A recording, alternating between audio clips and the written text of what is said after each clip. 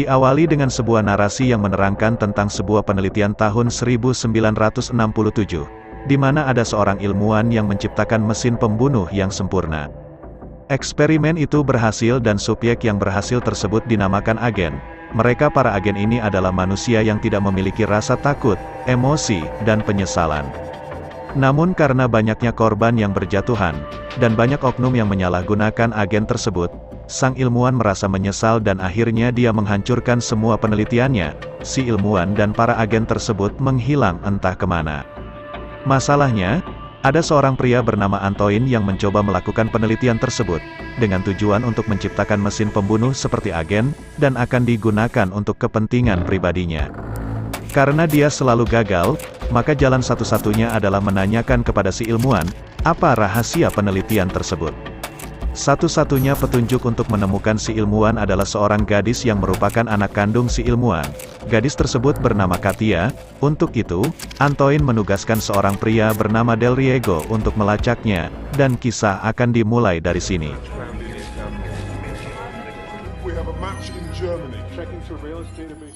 Setelah Del Riego berhasil melacak keberadaan Katia, tiba-tiba, terjadi sabotase yang menyebabkan Del Riego harus dievakuasi. Di tengah perjalanan, semua mobil anak buahnya hancur oleh senjata yang sepertinya sudah direncanakan sebelumnya.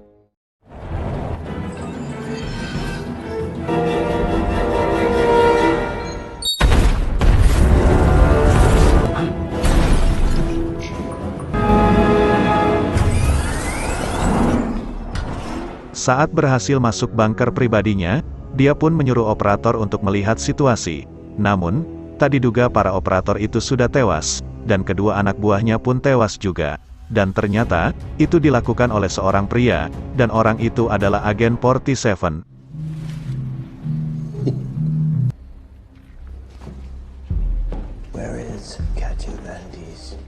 Agen 47 pun meminta lokasi di mana Katia berada, dan jika menolak, matanya akan berpindah ke telapak kaki. You need me. No, I only need pieces of you. Setelah berhasil mendapatkan lokasi Katia, agen 47 pun pergi. Del Riego sendiri pun tewas oleh bom otomatis saat dirinya akan mengambil senjata.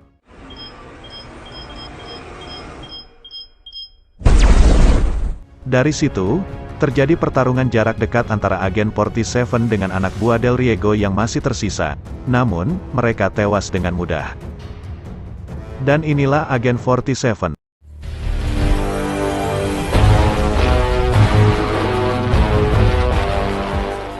Mengetahui Del Riego sudah tewas, Antoine pun menugaskan anak buahnya yang lain untuk menemukan Katia sebelum si agen menemukannya. Di sisi lain, Katia terlihat sedang mencari keberadaan ayahnya yaitu si ilmuwan. Bertahun-tahun dia mencari informasi, tetapi tidak pernah ketemu. There's nothing I can do to help you, miss. Saat ia berjalan di luar, ia seketika berhenti dan melihat kilasan masa depan di pikirannya. Dan faktanya, Katia ternyata memiliki kemampuan melihat masa depan. Jadi Katia ini sempat dijadikan eksperimen juga oleh ayahnya, dan ternyata, eksperimen tersebut lebih canggih daripada si agen itu sendiri.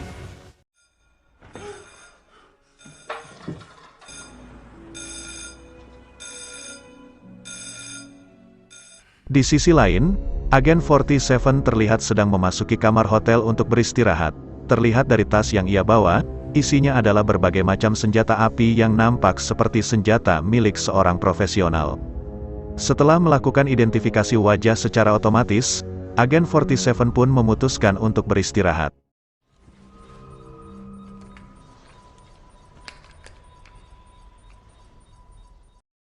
Satu hal yang menarik adalah, agen 47 tidur dengan posisi dua pistol di sampingnya, dan seperti kebanyakan film pembunuh profesional juga melakukan hal yang sama. Jadi, kalian pasti tidak terlalu terkejut. Singkat cerita, lokasi Katia pun ditemukan. Katia sendiri terlihat sedang berada di kamarnya, dan setelah pencarian selama beberapa tahun, akhirnya dia berhasil mengetahui di mana ayahnya berada. Dan ayahnya tersebut berada di Singapura. Untuk itu, Katia pergi ke stasiun untuk naik kereta. Tiba-tiba, ada seorang pria bernama John Smith yang mengaku dikirim untuk melindunginya dari si agen. And I'm here to stop him. Dari situ, terjadilah kejar-kejaran, dilanjutkan dengan pertarungan John dengan agen 47, di mana mereka berdua hampir dilindas oleh kereta api, namun berhasil selamat.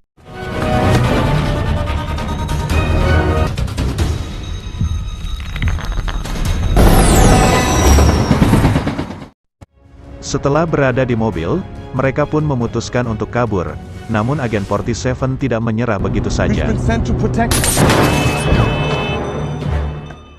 Lalu John dan Katia pun memutuskan untuk kabur dengan berjalan kaki.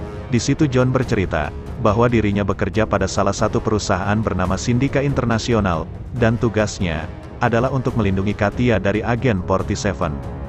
Setelah tidak ada pilihan lain, John dan Katia pun masuk ke gedung kedutaan, dan terpaksa mereka harus ditangkap oleh pihak keamanan di sana.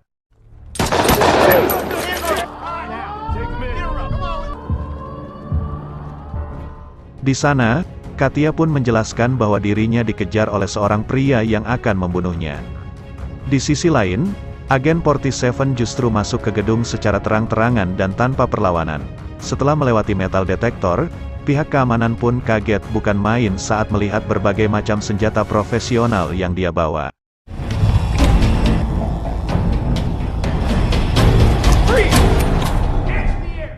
Agen 47 pun terlihat sudah berada di ruangan interogasi. Ini adalah Mr. Sender. Dia pun mencoba menginterogasi agen 47 untuk mengetahui siapa dia. Namun agen 47 justru memainkan psikologinya di mana Mr. Sender dibuatnya emosi, sehingga memasukkan peluru ke senjatanya, dan mengatakan, "Jangan main-main, karena kau sedang terkunci bersamaku." Agen 47 pun menjawab, "Tidak, Mr. Sender, kau yang terkurung bersamaku." No, Mr. Sanders. You are locked in here with me.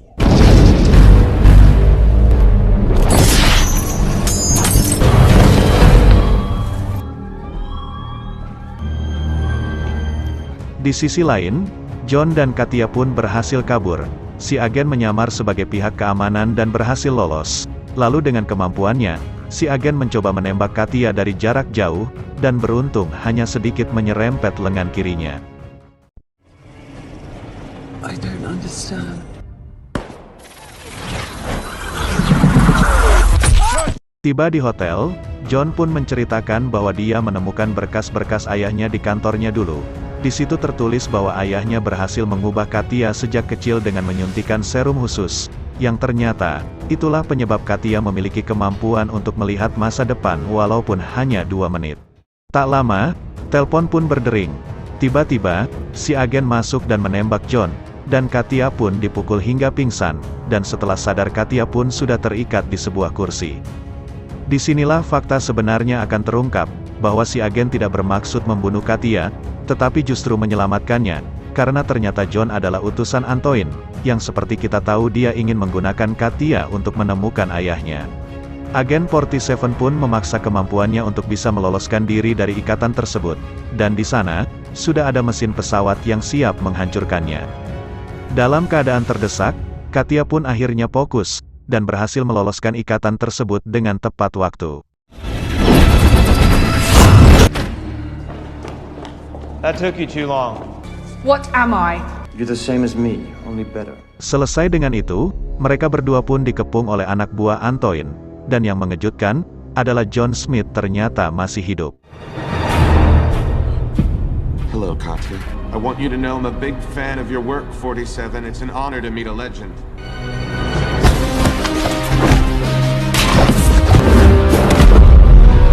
I'm better. Say it. Say it!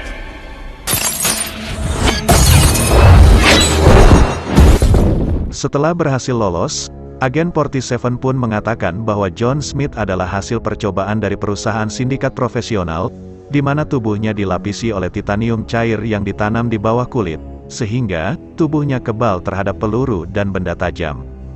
Mereka pun segera pergi ke Singapura saat itu juga. Di sisi lain, Antoine pun mendesak agar John secepatnya menangkap Katia dan segera mendapatkannya kembali.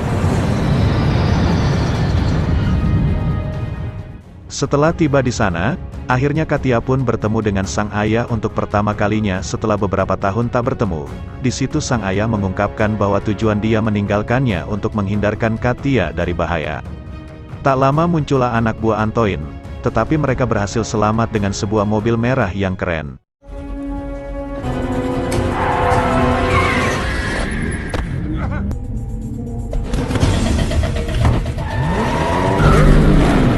What do they want? More of me.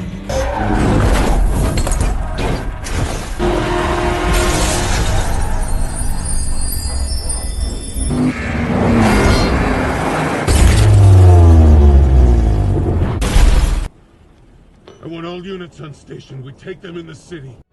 Dari situ, terjadi kejar-kejaran di antara mereka hingga sampai ke pusat kota.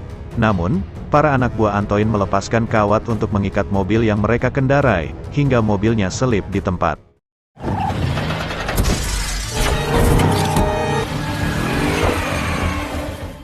Agen 47 pun turun lalu menembaki mereka semua.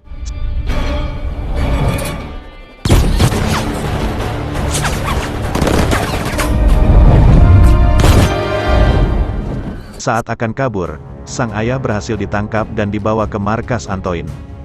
Di sana, si ayah diinterogasi untuk buka suara tentang rahasia pembuatan agen tersebut. Namun dengan keteguhan prinsipnya, dia pun tutup mulut. Hingga terdengar bunyi telepon bahwa agen 47 menawarkan sebuah pertukaran antara si Katia dan si ilmuwan. Si agen mengatakan, rahasia pembuatan mesin pembunuh tersebut tersimpan di darah Katia, dan ternyata, itu semua adalah rencana agen 47. Katia pun menabrakkan helinya ke gedung.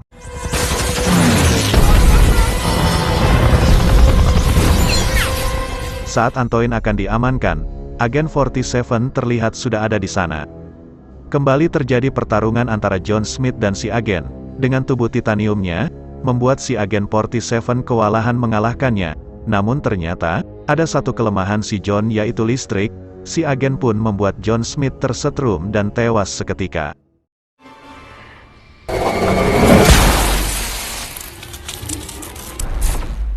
Antoine sendiri pun terlihat sedang akan kabur menggunakan helikopter bersama si ilmuwan. Di sisi lain, Katia dan agen 47 terlihat sedang berada di lift untuk sampai di atas.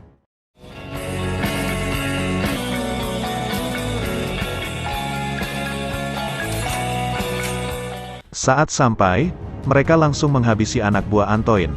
Namun, ayahnya berhasil dibawa kabur oleh Antoine, dan bukan film namanya jika tidak ada rencana kedua. Karena ternyata, si ilmuwan membawa sebuah bom yang ditanamkan di inhaler miliknya, dan tiba-tiba, helikopter meledak menjadi puing-puing. Tanpa mereka sadari, si atasan tersebut mengirim seorang agen yang lain untuk membunuh Katia dan agen 47, dan agen lain tersebut adalah agen 48, yang merupakan cloning dari agen 47 yang sudah ditingkatkan kemampuannya. Dan fakta menarik lainnya adalah, masih banyak lagi agen-agen dengan kemampuan seperti dirinya, sesuai urutan nomor barcode di belakang kepalanya. Tamat. Dan apa pelajaran yang bisa diambil dari film ini? Serius mulu dari tadi bang. Musik dong bang, biar gak ngantuk nih. Oke musik.